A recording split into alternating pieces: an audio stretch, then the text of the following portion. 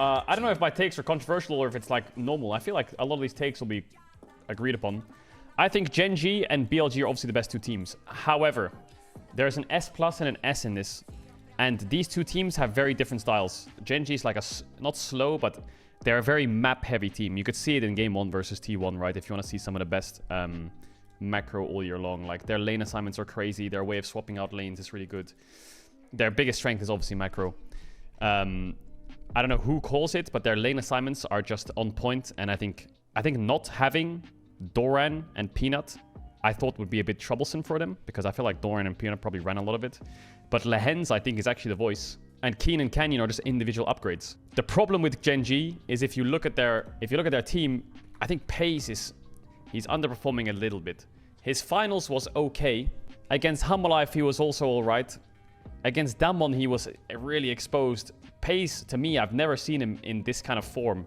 He just looks like he's... I mean, the last game was fine, but he's getting gapped a bit and he's getting caught a lot.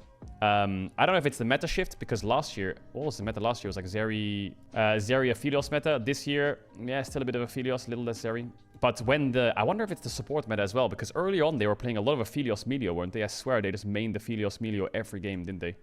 Aphelios North, Aphelios Melio, they love that shit. So I wonder if support meta changing, or, I don't know, the game being a little bit more top-heavy and then not being able to play Melio has hurt their lane phases a little bit. Playing more engaged style. You can see they went back to Zeri Lulu a little bit in the finals. Hence Nautilus has been really good, though. I will say Hence Nautilus is crazy good. So what do you prefer? Do you prefer powerhouse carries that are very skirmish-heavy?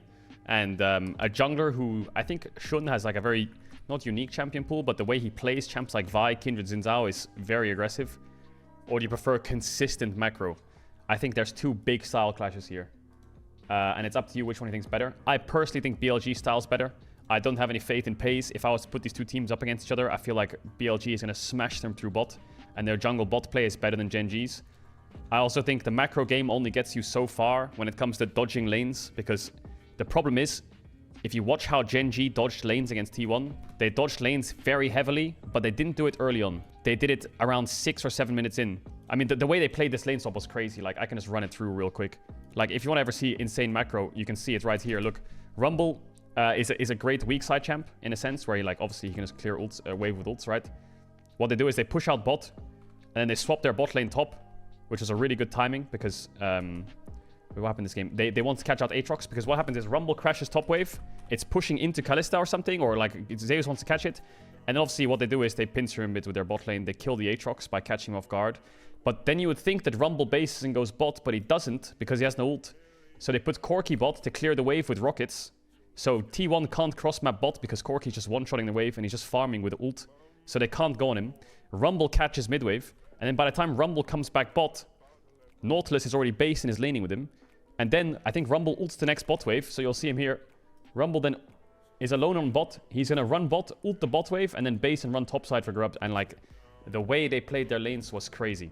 That was insane. They got a big lead out of it. They got first blood on Kalista, and they control 2 lanes. Great. But I feel like by about this point, you're being dove. I'm sure of it. By about 4 or 5 minutes, you're being dove, and you're under tower. And so you're not going to be able to do these lane swap shenanigans and dodging, because this mismatch only works if you're even, I feel like. So I feel like I favor BLG, personally. So I'll put BLG above. And then you've got T1 and Top Esports. Now, I think Top Esports... I mean, I don't think Top Esports are that good. I think they're really good individual players. I think T1 and Gen.G are quite close in skill level. But I think T1 is better than Top. And you might think that this is a crazy take. But 2 things taken into consideration. 1, the fact that T1 took Gen.G to 5 games is crazy. The fact that they're on match point is crazy. Now, the reason I want to put them same skill level is because when I make these tier lists, right? Normally what I do is I'm like, well, these two won the split. This team came second, so they're there. Sure. I'm actually going to add a bit more logic to or not logic. I guess it's actually the opposite of logic. It's more like skepticism. I think Gen.G is not going to play good at an international again. I believed in Gen.G last year at Worlds, and I defended and died on the hill that Gen.G will perform at Worlds, and they didn't. And even in that finals against T1, they weren't performing.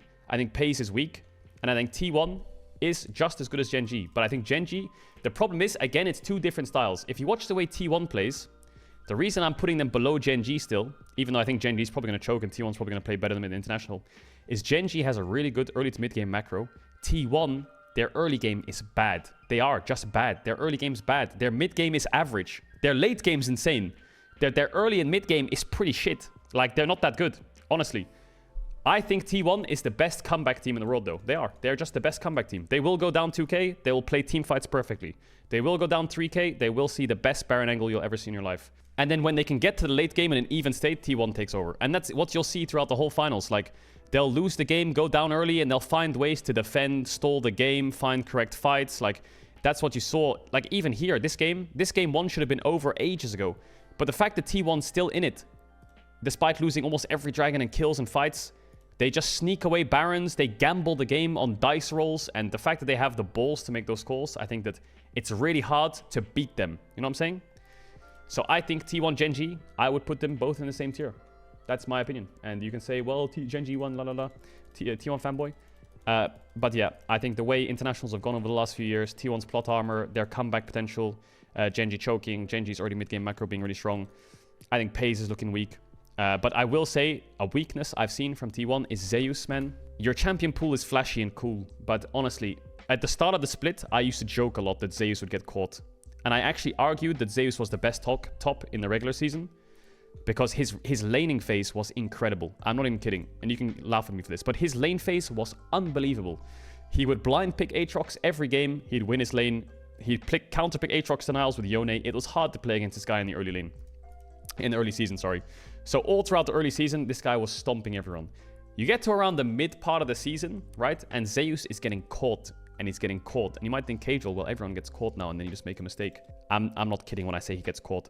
He had the most isolated deaths of any top laner by about triple or something in the region. He was fucking getting caught on and you might be like, Caedrel, are they getting Barons from this? Are they getting top tier 2s? And getting... No, he's just fucking dying. It's ridiculous. I wish I could describe it to you better in analytical terms, but there's about 1,000 examples through his games where he's just dying for no reason. And it was funny. But then it started getting a bit ridiculous because it didn't stop, and it was relentless. Like, he'd get solo killed randomly in a lane, or he'd just get caught and he'd make these stupid mistakes. And Zeus is making lots of stupid mistakes, and you saw it in the last game. When it all mattered, he picks Zac Cassante matchup and he just dies solo like twice. And you're asking yourself, like, Zeus, what the fuck are you doing? He has some games where he just pops the fuck off, but I'm gonna be honest, Zeus in that whole finals was invisible. He was terrible.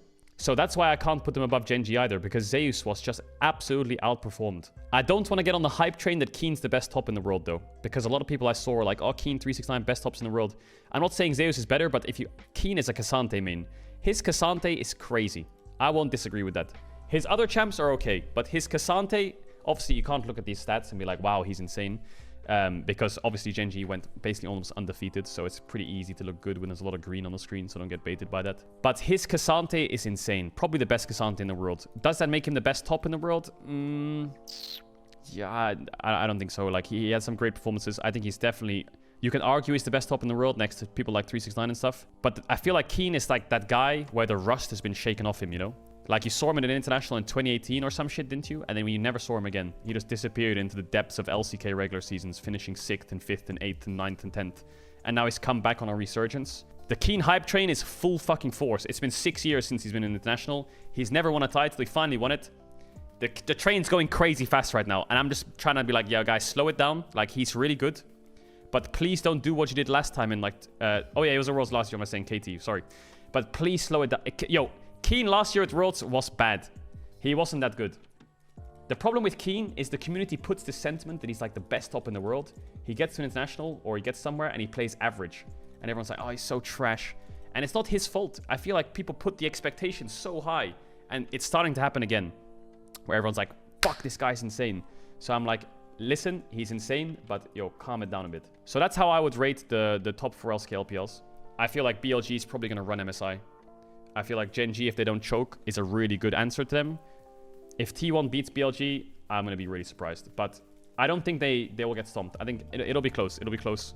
G2, I kind of want to put in like A- high B, but I'm like tempted to put them here because I have this really crazy take that I think top esports is not good, and I think they're going to get fisted. I can feel it. I want to put them in like a weak A. The problem with G2 is their games... I like their creativity, but their creativity can come back to bite them, right? And G2 is like this anomaly sometimes where they invent the lane swap, you know? And you're like, wow, that's crazy. And in some of these games, you're watching that lane swap and you're like, it's not working. But they just keep going, you know? Like the finals, for example, it was Rek'Sai jungle flex. And I saw this Rek'Sai jungle in game 1, and I was like, this champ is so useless jungle.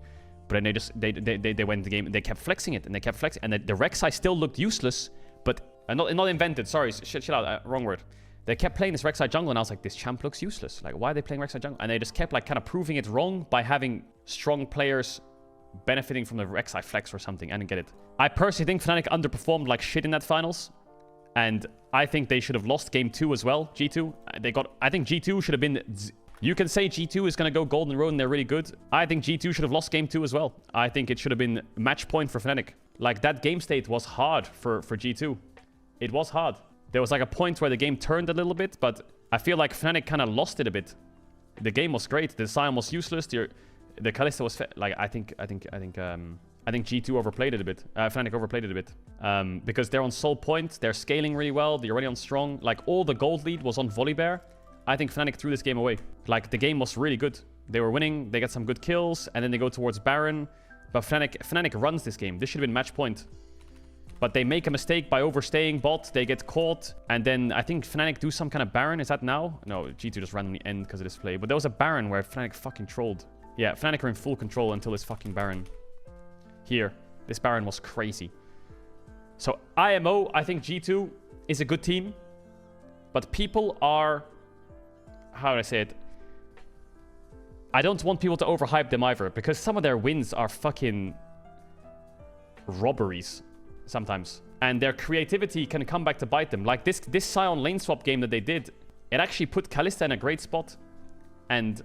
I was sitting there wondering, like, is this lane swap really worth it? And the problem is, I could put them in B tier or A tier right now. But you know that when they come to MSI, they're going to come up with something. I know it. Because what G2 do is they go to LoLalytics. Now, I'm not saying this is exactly what they do, but this is something...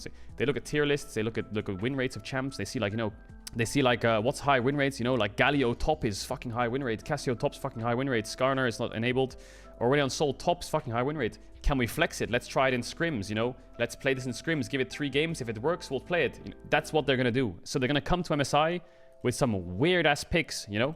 They're going to come to MSI some weird-ass picks because they look at games and they look at win rates of solo queue champs from the patch changes and they try to adapt to see if they can incorporate it into certain drafts so they can flex things to catch people off guard, you know? And once they get an inch, they get a mile. Example, Gragas mid, random example, is a 56% win rate, almost 57. Could be strong, it's S tier right now on win rates. But Gragas can be played jungle support and top as well. So let's all play Gragas, you know? It's probably going mid, but let's all play it just in case we want to flex it, you know? So G2 is like a little bit unpredictable. And their ceiling sometimes is hard to manage, you know? You've seen their ceiling of creativity goes to like a 2019 level. Obviously the individuals were very good back then as well. And you've seen their creativity come back to just fucking bite them with like the weirdest picks ever. I want to put them in A tier though, because I think individually they're strong players. And I have a little bit of faith that this G2 is going to do better than G2 last year. Because am I riding the scrim cope a bit? Yes, I am. But what I do think, I think it's wrong to put G2 here. I think it is. Because then what? Fnatic C tier? And then what? I think it's so wrong. I think, listen, the reason, my logic here is I think if you put G2 up against top esports, okay? And G2 did some fucking lane swap or something, top esports would be absolutely dizzy. I'm sure of it. Top esports would be dizzy. Nah, am I high, chat? Should I put them in B? I've just thought of 369, and I'm like... I feel like Broken Blade's been getting away with a lot with the top laners. Like, Broken Blade's been getting away with a lot. 369 is really good. I think 369 might be the best top at the tournament. Yeah, okay, I'll take it back. I was imagining it in my head, and I was like, wow. If they lane swapped against top esports, I think they would catch them off guard. Can we make a B+? It feels wrong, because then what? Because then my tier list is going to look like this. Something like this, isn't it? Isn't that weird? I'm just going to put them in E, because I'm going to put don't know. What cope can you give me against G2 to argue that they're A tier? 369 is insane.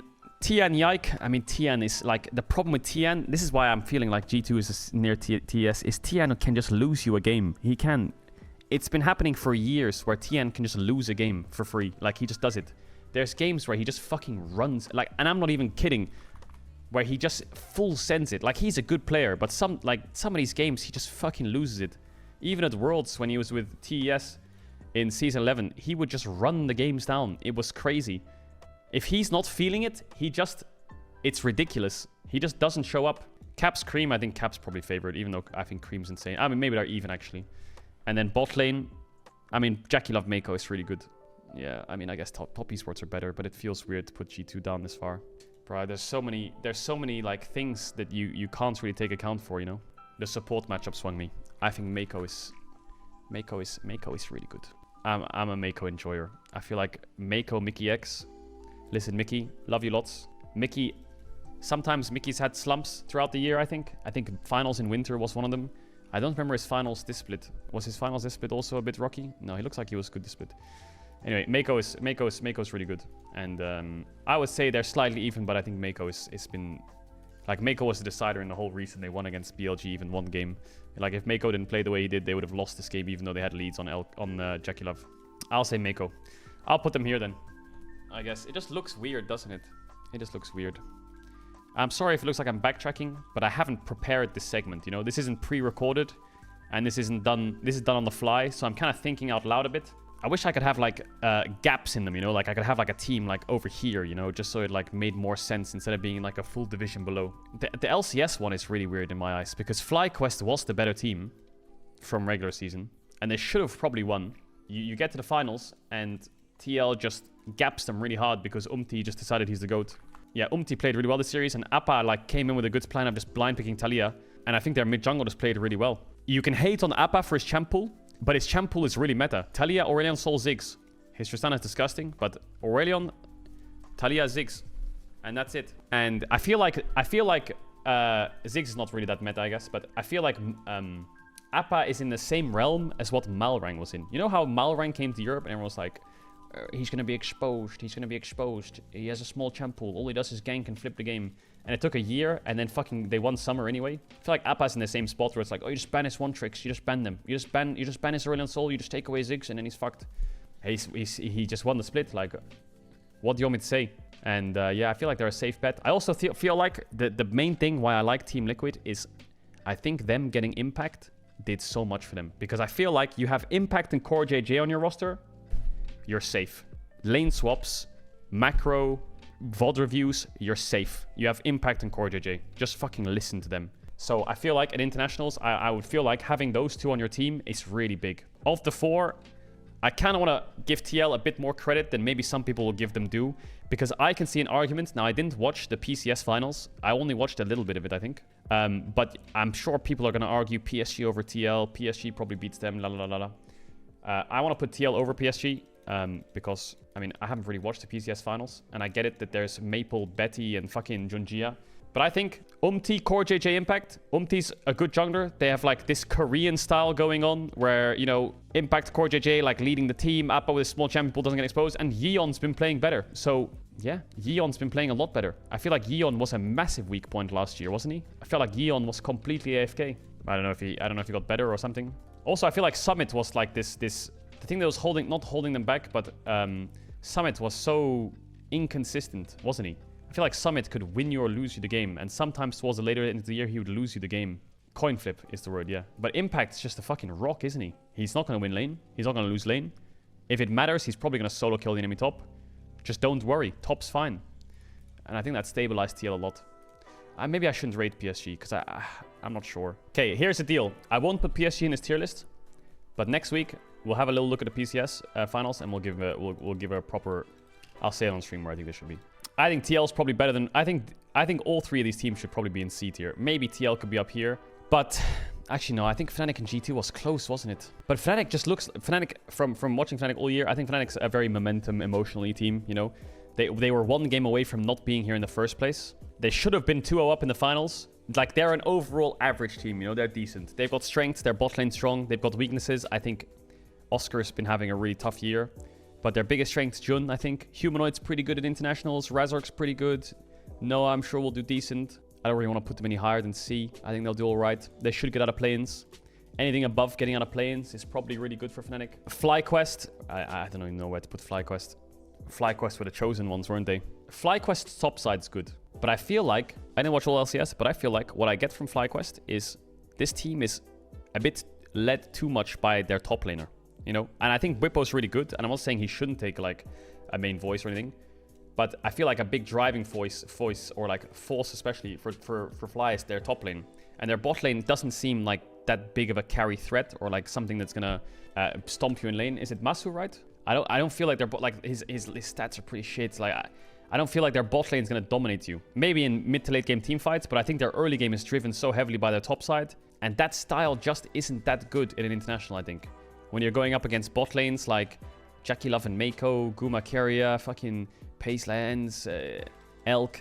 I just feel like a top side state of mind and playing the game through top side. I mean, even against Impact, right? He even wins his lane with Cassante. So I feel like FlyQuest has maybe the worst, not the worst style, but of the major regions, I guess, the weaker style. Yeah, I would put Fnatic. I think FlyQuest. I think their bot lane. Okay, I guess the best way to frame this is I think out of all of these teams, the weakest bot lane is FlyQuest. I guess is the best way for me to frame it. I think Yeon's been doing good. Cordier is great. Jud is insane. And yeah, I think that's the reason that I want to put them at the bottom. Now, PSG is probably here somewhere, but yeah, I think we'll say it at a later date. But I would say that's a soft, good estimate of tier lists, you know. I guess the only real hot takes are, I think T1 Gen.G is closer than a lot of people think. I think BLG style's better than Gen.G's. And I think EU second seed is and NA first seed, NA second seed is all similar. A part of me, because of the way G2 sometimes works, a part of me is like feeling it there, you know. This is what a part of me is feeling, you know. A part of me is feeling that just because this is not any logic, but G2 are due a win because G2 style is so, like for example, last MSI, Caps pulled out Nautilus mid and it looked OP. Even Faker thought it looked OP, and Faker was like, damn, Nautilus mid's broken. You know what it did? It lost them an MSI. Because he rocked up, was convinced Nautilus mid was good, and they lost the series to JDG on match point. So, G2 is just so weird to me. Like, Caps just does this random shit where he plays a champ. Like, obviously, Faker after that series realized his champ sucks. But they could have beaten JDG if they didn't fucking play this thing. And Caps just has this aura around him where he just comes up with something degenerate. Or G2 does something fucking crazy. And it kind of works, but sometimes it really doesn't. And it's a train wreck. And I think this looks safer to me. So I'm going to leave it like that. I'll take it. I'll take it on the chin. If G2 gets fisted MSI and people want to call me an EU fanboy, do it. But I feel like they have the most unique style out of all these teams. I'm going to throw them in A tier. Because I feel like tier lists sometimes are... There's too much logic applied to tier lists. This team won, so this team's good. This team's better because they're from this region, so they should be there. But I feel like this tier list, I want to be a bit more zesty, you know? G2 are weird and random and crazy. T1 are dice rolly and crazy, and that's why they could probably be in the same tier as Gen.G. And I'll leave it like that. I change my mind. And I'm going to get called biased in so many different ways, but you know what? I'll tank it. It is what it is. I'm convinced top esports at this international, I will say this for the clip, because I know it's going to get clipped, but I'll say it for the clipper, you know? Because you're trying to clip my take. I'll give it to you straight. I think TES are going to fuck this international up, and I think G2 will be better than people expect, because people think G2 are trash because of last Worlds. But I think TES is going to be underwhelming. I can feel it. I know it. I've watched TN enough to know that this motherfucker is going to rock up to international and just fucking run it. The only thing that's holding me back from putting... Bro, top esports would be here if they didn't have fucking 369 and Jackie Love. Actually, no, that's doing Cream dirty. That's doing Cream and Mako dirty. I'm kidding. I take it back. Never mind. They would never be there. I take that back. That's a bad take. If people want to disagree, go ahead. I'm sure there's a lot of good arguments for a lot of these teams. Fnatic has a few too many weaknesses to be in B tier, I think. I think TL to me is like the best B tier team. They're just fucking solid, you know? Their side lanes are solid, you know? Umti's solid. Their top and support are good. They've won World. They're not the VOD review. They know what works in teams. They're solid. Their mid lane's champion pool, it's small, but it works, you know? It's a rock. Anything above or below is weak team or like pretty good. So I like TL on B. They feel like a really good foundation. I think the closest matchups this tournament to me are these two, and these two are the closest matchups in the tournament. I think it's a treat if we get those series. I think any series like TL versus these two or G2 versus that, it's gonna look pretty messy. But I think the series that I want to see the most are BLG Gen.G. I would love to see BLG Gen.G. I would love to see T1 TES or G2 TES. And I would love to see Fnatic TL or Fnatic Fly. Because I think these are the closest matched series. Or not closest, but like the most interesting to really weigh up a tier list properly, you know? These would be great series. I don't want to see T1 Gen.G. I don't want to see fucking, I don't know, top esports Team Liquid. It just doesn't do it for me. I don't want to see fucking G2 TL. Doesn't really do it for me. Or yeah, T1 BLG would be good to see. I think T1 would really struggle against BLG though. T1 is good at playing against teams that they can come back against. Actually, BLG does do a lot of mistakes, but BLG's early game is like a fucking freight train, man. If T1 aren't really on the ball in the early game, they're gonna get smoked. It's not like Gen.G where they'll just out macro and lane swap and, you know, dodge around and get leads here and there. But listen, I get it. T1 won Worlds. I get it. There's a lot of T1 fans. I love T1 as well. They're a great team. I like watching them and they're really fun. But I don't want to get into this mindset where, like, everything's a fluke, you know? They lost the finals to Gen.G because of a fluke. You know, they're going to rock up to the International as a favorite. You know, last Worlds, they weren't the favorite. The Worlds before that, they were kind of in the favorites. It was really between JDG and Gen.G as well, but Gen.G fucking ran it. I get it. T1 fans probably want like something like this, but I can't give it to you. T1 were good though. Just their style I'm worried about. And Zeus. I'm worried about Zeus. All right, there's all my thinking out loud done. Here's my tier list. If teams play the way they normally do at internationals, okay? This would be my tier list if teams play the way they normally do at internationals, right? Knight does sometimes run it. This is purely based on how they play at internationals. Gen.G plays like trash. Top Esports is going to fucking run it. G2 is going to be next to Top Esports in the int spree. TL's reliability somehow gets them there. T1 does really good internationals normally. MSIs, they fucking run it sometimes though. But BLG has Knight. And Bin choked. Listen, I'm going to say it. Yo, Bin is getting away with too much these days. That motherfucker, he choked those semis. I'm going to say it. I get it, the Shy gapped him. But Bin got fisted in those World semifinals. And I like to joke about it, saying the Shy stomped him. But man, even I know, as a delusional to the Shy fanboy, that Bin should have played better. It wasn't the Shy being Super Saiyan. Bin fucking sent it. Now, MSIs, he plays really good. I think Bin won RNG in MSI. Bin in 2022, he won them the MSI RNG. But man, oh man, that World's Quarters was disgusting. He won them MSI, but that World's Quarters was disgusting. Do a top 3 hot take prediction. I mean, I don't have a hot take. I think BLG will win. If Gen.G don't win, they'll probably win. If Gen.G don't choke, sorry. I think BLG, Gen.G are favorites. Anyone else is an upset. Top 3, I don't know. Top 3, it's impossible to guess. I don't know. Maybe the finals are BLG versus one of the Korean teams. And maybe Top Esports, if Tian doesn't choke, sneaks in a 3rd place somehow. Like, I could easily see the top 3 being like BLG, T1 and TES in no particular order. I could see that any day. Gen.G fucking sprints it. G2 strats don't work. It's just fucking fate sometimes, you know? I don't know. I feel like there's one dark horse in this tournament. And everyone's going to say the same thing, chat. Who's your dark horse? It's G2, I think, because they're the most unexpected team. They're either going to fucking send it and lose the game quick. Oh, TL. You put TL. Actually, TL's not a bad dark horse. I like that. I just don't think TL have like the skill ceiling, like the firepower of the individuals to match up against. I just think like Appa can't match Chovy. IMO. Great jungler. Then Canyon's gonna fuck him like he did for 4 years in the LCK regular season, you know? Impact, big fan. Kiin clears. You know, it's like, I'm happy and I think they're a good baseline, but I think individually, they're gonna get outmatched by the top teams. Like sometimes, I get it, the team game is great and the power of friendship's cool, but individuals mean a lot.